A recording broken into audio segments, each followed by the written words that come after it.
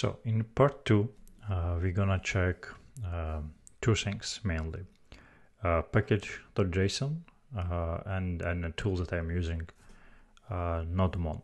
So let's start with package.json. In our first part, we introduced very simple Node.js project, which executes simple web API and returns JSON. But it was like single file project, so you basically run node and then the file name. I also changed this file name, but basically run node and then our file name. It will execute all this content and then render our web API. But to make it like complete project, we need package.json.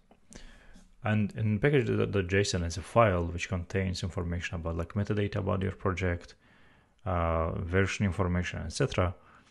And for now we need like two main things. One, our dependencies, so we can list which packages we are using, we are dependent on. In our next part, we're gonna see Express framework, and we will build our web part based on this package.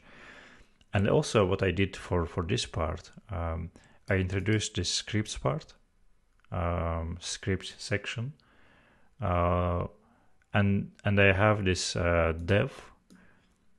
This is one of our scripts which will execute our application. Let me show you what it does. It's already working right now.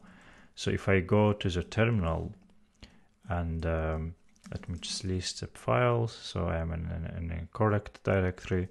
And if you do npm, let me see, npm run dev.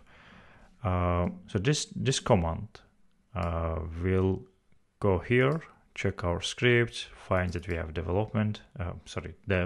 shortly, and execute our file. So normally it would be like node and our file name. Just for a note, I changed our file name, so it's not now, it's at app.js, and it's also shown here. It's our entry point. I think it's better than just hello world.js. That's why I renamed. Content is the same. We will change the content in the next video, but for now, content is the same. And this script will go to here. So let's first try with a node, and then execute. Basically, this is the same. Now we can go to the browser. And check this execution. Let me see. Okay, my Chrome is dead now for some reason. Okay, so and we can refresh. Okay, and we see result. The thing is, if you remember from part 1, if I change something, I have to restart it. So let's say to blah blah blah. So you see this is not reloading. And then there is a very easy solution for this. We can just use Nodemon. This is a tool. I will show a website in a second. And this tool basically monitors directory where you run your project. And if there is a change, it will automatically reload the project. So let me show you how it works. I will go back and then return this part, save the file. And as you can see that as soon as save the file, I see that this is our server is reloaded. This is what this Nodemon does. I will also show you a website where you can read more information about this tool. So this is Nodemon. Yeah, but mainly in our tutorial we're gonna use this Nodemon command line tool, and that's it. And why that's one of the reasons why we need this package.json. There is a lot of things you can do. I put all of them, all the like useful links that I found, and I read through myself. So this is where you can find more information about package.json. But to list some, like you can put project metadata like name, version information. You can put repository information about yourself, license you are using. Project dependencies, which is very useful. We will come to this in the next part. Entry point. So as in our case, you have entry point, and whenever you execute the project, this will be the place where code starts. executable command scripts. We already saw how it works. So you can basically list commands that you want to have. We have also test, but it's not implemented. We don't have any tests or testing framework so far, and many more. And two of these links is official from npm.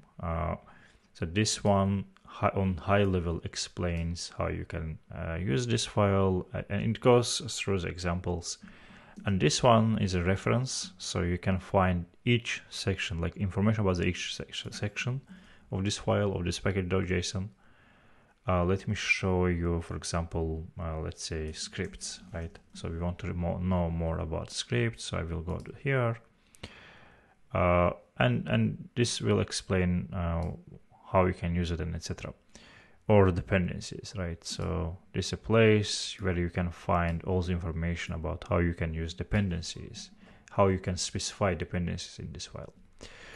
And lastly, last but not least, current version of source code I will upload to the GitHub. I already uploaded or pushed to the GitHub. I will.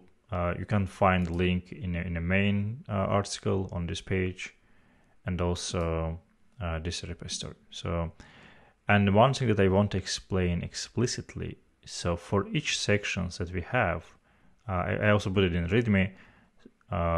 So the state that you see right now in this part 2, you can find it in this branch. So this is the exact version of code that you see on my screen, so you can test it and etc. And I will keep this convention. So whenever I have any new source, I will update. And in this article, you can find exactly the part that belongs to this, like exactly the source code that belongs to this part. I will put link in the end of the part. For this part, that's it. In next one, as I said, we will continue with our API, and we will introduce Express framework. So let's see.